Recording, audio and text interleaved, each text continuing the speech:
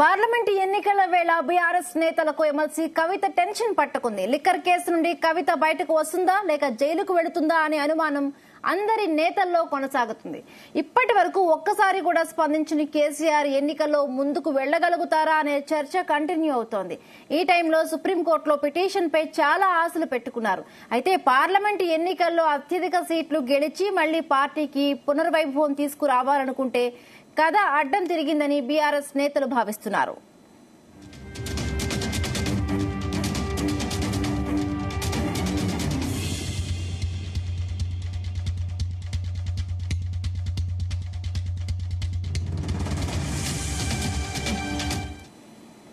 Right, ఇక దీనికి సంబంధించి మరిన్ని పూర్తి అప్డేట్స్ మా క్రైమ్ బ్యూరో చీఫ్ రవితేజ అందిస్తారు. రవితేజ, కవిత నేటి 4వ రోజు విచారణకు సంబంధించి కీలక సమాచారాన్ని బయటికి రాబట్టేటువంటి ప్రయత్నాలు చెప్తా ఉన్నారు.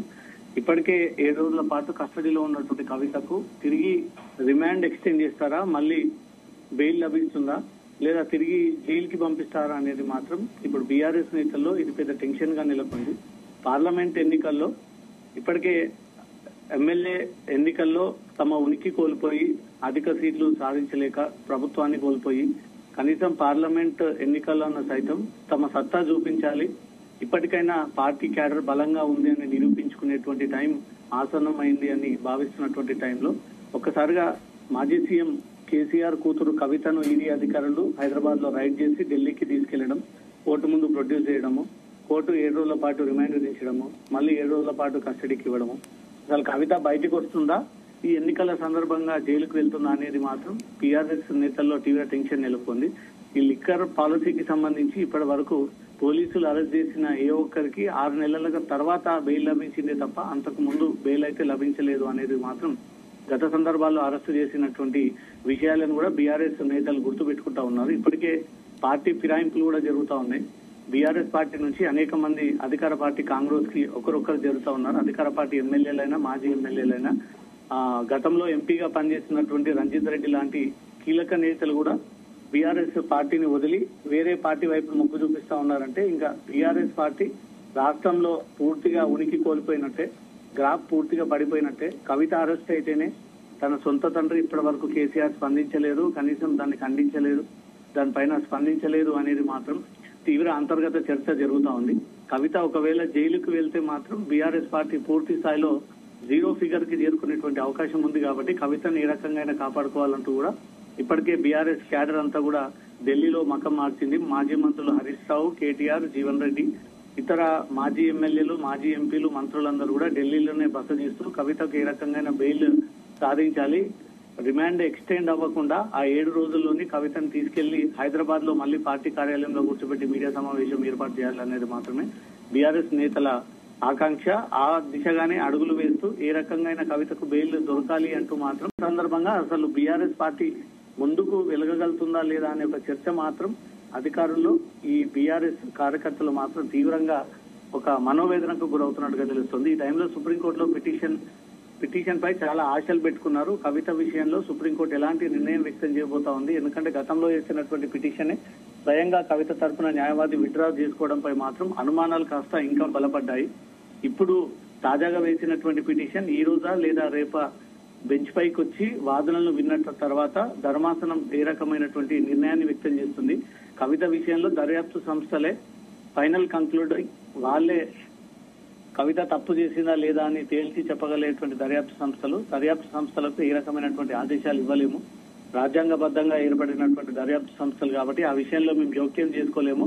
కవిత విచారణ ఎదుర్కోవాల్సిందే, అధికారులు అడిగిన ప్రతిదానికి సమాధానం ఇవ్వాల్సిందే అంటూ కూడా ఆదేశాలు ఇచ్చేటువంటి అవకాశం. అంటే రవితేజ, ఇప్పుడు రిమాండ్ లో ఉన్న కవిత ఈడీ అధికారులు అడిగిన ఏ ఒక్క సమాధానానికి కూడా ప్రశ్నలకు కూడా సమాధానం ఇవ్వలేదని అంటున్నారు. అంటే ఇప్పుడు 7 రోజుల వరకు అడిగారు, ఇంకా ఎక్స్టెండ్ చేసే అవకాశం ఉందా, ఎలా ఉండబోయే అవకాశం ఉంది రవితేజ? ముందు నుంచి కూడా తన 7 రోజుల కస్టడీలో కవిత ఎలాంటి స్టేట్మెంట్స్ ఇస్తుంది, ఎలాంటి సమాధానాలు ఇస్తుంది, దాన్ని బట్టి ఫర్దర్ గా రిమాండ్ ఎక్స్టెండ్ చేసుకోవచ్చా అనే దానిపై కూడా ఈడీ అధికారులు ఇప్పటికే న్యాయ నిపుణుల సలహాలు తీసుకొని ఆ రకంగా ముందుకు వెళ్తున్నట్టుగా సమాచారం అందుతుంది. 4 రోజుల పాటు కవిత లిక్కర్ పాలసీ స్కామ్ కి సంబంధించి ఏ క్వశ్చన్ అడిగినా తనకు ఇంత పెద్ద స్కామ్ జరుగుతుందని, ఇంత దేశ వ్యాప్తంగా ప్రకంపనలు క్రియేట్ చేసేటువంటి అంశం అని, ఇంత పెద్ద మొత్తంలో పెట్టుబడులు ఉంటాయని, ఇది దేశాన్ని మొత్తం కుదిపేసేటువంటి కేసు తనకు తెలియదంటూ కూడా తనకు అంటనట్టుగా ఈ కేసుకి సంబంధించినటువంటి సమాధానాలు చెప్తా ఉంది. ఏది కూడా తన ఇన్వాల్వ్మెంట్ లేదు, నేను ఎక్కడ కూడా ఇన్వాల్వ్ అవ్వలేదు, మిగతా నా పేరుతో ఎవరైనా నా చుట్టుపక్కల వాళ్ళు కలిసి ఈ లిక్కర్ పాలసీ రూపకల్పన మార్గదర్శకాల జారీ అంశానికి సంబంధించి తన ఇన్వాల్వ్మెంట్ చాలా తక్కువగా ఉంది, నేను మిగతా వ్యాపారవేత్తలను పరిచయం చేశానే తప్ప ఇంత పెద్ద కుంభకోణం స్కామ్ అనే విషయం తనకు తెలియదు. ఈ లిక్కర్ పాలసీలో తనకు అసలు ఇంట్రెస్ట్ లేనప్పటికీ ఇతర వ్యక్తులు చూపినటువంటి ఆశ మేరకు నేను ముందుకు వెళ్లి దీంట్లో పెట్టుబడులు పెట్టాల్సి వచ్చింది అంటూ మాత్రం కవిత పొందడం లేనటువంటి సమాధానాలు ఇవ్వడము, అసలు ఎక్కడ కూడా మ్యాచ్ అవ్వనటువంటి సమాధానాలు ఇవ్వడము, తన ఫోన్ లో దొరికినటువంటి డేటా ఒక రకంగా ఉంటే నిందితులు ఇచ్చినటువంటి స్టేట్మెంట్స్ ఒక రకంగా ఉంటే కవిత విచారణ మాత్రం డిఫరెంట్ గా ఉంది. తన తప్పు చేయలేదు, అనవసరంగా ఈడీ అధికారులే తనని ఈ కేసులో ఇరికించి కావాలని తనని పూర్తి స్థాయిలో డిఫెండ్ చేసేటువంటి ప్రయత్నాలు అంటే రవితేజ ఎక్కడ కూడా అంటే కవిత అకౌంట్స్ నుంచి గానీ ట్రాన్సాక్షన్ జరిగినట్టు గానీ ఎక్కడ లావాదేవీలకు సంబంధించి ఎటువంటి ప్రూఫ్ అయితే అక్కడ లేదు. కానీ ఇప్పుడు కవిత చెప్పిన సమాధానాలకు కూడా ఏది పొంతం లేదు అంటున్నారు. సో ఈ ముందు ఈ కేసులో ఎలా ఉండబోయే అవకాశం ఉంది రవితేజ? ఇలాంటి స్కామ్ లో ప్రత్యక్ష సాక్షుల్నే కోర్టు పరిగణలోకి తీసుకుంటుంది. ఎవరు ఆదేశించడం కారణంగా ఈ డబ్బులు లిక్కర్ పాలసీలో పెట్టుబడులు పెట్టాల్సినటువంటి అవసరం ఏంటి, మీకు కవిత గల ఉన్నటువంటి సంబంధాలు ఏంటి, ప్రతిసారి మిమ్మల్ని విచారించినప్పుడు కవిత పేరును ఎందుకు ప్రస్తావన తీసుకొస్తా ఉన్నారు, కవితకు మీకు మధ్యలో జరిగినటువంటి ట్రాన్సాక్షన్స్ ఏంటి, కన్వర్సేషన్స్ ఏంటి, మీటింగ్స్ ఏంటి, ఏ లాభం కోసం మీరందరూ ఒక గ్రూప్ గా ఏర్పడి సౌత్ గ్రూప్ నన్ను ఏర్పాటు చేసి ఇండో స్పిరిట్ కంపెనీ పేరుతో మీరు ఢిల్లీకి వెళ్లి పలుమార్లు మీటింగ్స్ ఏర్పాటు చేసుకోవడం గల కారణాలు ఏంటి అనే దానిపై కూడా ప్రత్యక్ష సాక్షులు ఐ విట్నెస్ ని మాత్రమే పరిగణలోకి తీసుకొని కవిత పాత్రకు సంబంధించి ధర్మాసనం క్వశ్చన్ చేసినప్పుడు విట్నెస్ భాజపాగా ఏదైనా వీళ్ళు జరిగినటువంటి తప్పులు ఒప్పులన్నీ కూడా మెజిస్ట్రేట్ ముందు ఒకవేళ వీళ్ళు ప్రొడ్యూస్ చేసినట్టయితే ఖచ్చితంగా కవితకు జైలు శిక్ష పడేటువంటి అవకాశం ఉంటుంది. దానికి తగ్గట్టు కూడా ఎన్ఫోర్స్మెంట్ డైరెక్టరేట్ అధికారులు ఇప్పటికే పూర్తి స్థాయిలో కవిత ఎమ్మెల్సీగా అంతకుముందు ఎంపీగా ఉన్నప్పుడు ఢిల్లీకి ఎన్నిసార్లు వెళ్ళింది, ఎవరెవరితో భేటీ అయింది, ఏ అంశం పైన మాట్లాడింది, ఓబరాయ్ హోటల్లో కూర్చోవడానికి గల కారణాలు ఏంటి, ఈ కనికారెడ్డి ఫ్లై ఏవియేషన్ అకాడమీ ద్వారా ఈ కోట్లాది రూపాయలుగా లిక్విడ్ క్యాష్ కవిత తీసుకొచ్చింది అనే ఆధారాలు కూడా పక్కాగా అధికారుల దగ్గర ఉన్నాయి.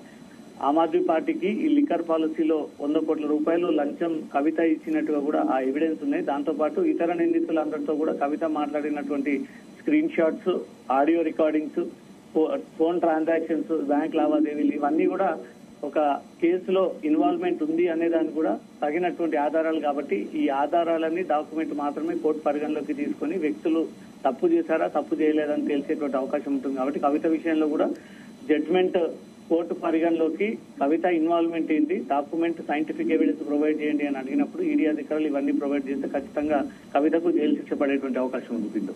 అలాగే రవితేజ అంటే ఇప్పుడు కవిత అరెస్ట్ అయినప్పటి నుంచి కూడా కవిత కుటుంబ సభ్యులు కేటీఆర్, హరీష్ రావు హస్బెండ్ వీళ్ళందరూ కూడా అక్కడే ఢిల్లీలోనే ఉండడం జరుగుతోంది. ములాఖాత్కి కూడా పిటిషన్ వేశారు.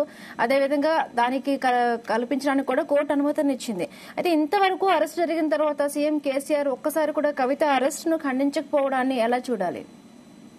ఇప్పటికే పార్టీ ఉనికి కోల్పోతా ఉంది, పార్టీ అధికారంలోకి రాలేకపోయింది, ఎమ్మెల్యేలంతా హ్యాండ్ ఇచ్చారు, ఎమ్మెల్యేలంతా కూడా ఇతర పార్టీతో టైఅప్ అయ్యి బీఆర్ఎస్ కి తీవ్ర అన్యాయం చేశారంటూ మాత్రం కేసీఆర్ కి ఇంటెలిజెన్స్ రిపోర్ట్స్ ఉన్నాయి. ఇప్పుడు ఆ విషయం పైనే సమాలోచన చేస్తూ ఎంపీ ఎన్నికల్లో ఎలా ముందుకు వెళ్ళాలి, ఇప్పటికైనా మనం నిలబడాలి, నెగ్గుకు రావాలి, కనీసం 4-5 ఎంపీ సీట్లు తెలంగాణలో కొట్టుకురావాలి అనేది మాత్రం కేసీఆర్ సంకల్పం. అదే ఆకాంక్షతో రెగ్యులర్ గా మీటింగ్స్ నడుస్తా ఉన్నాయి.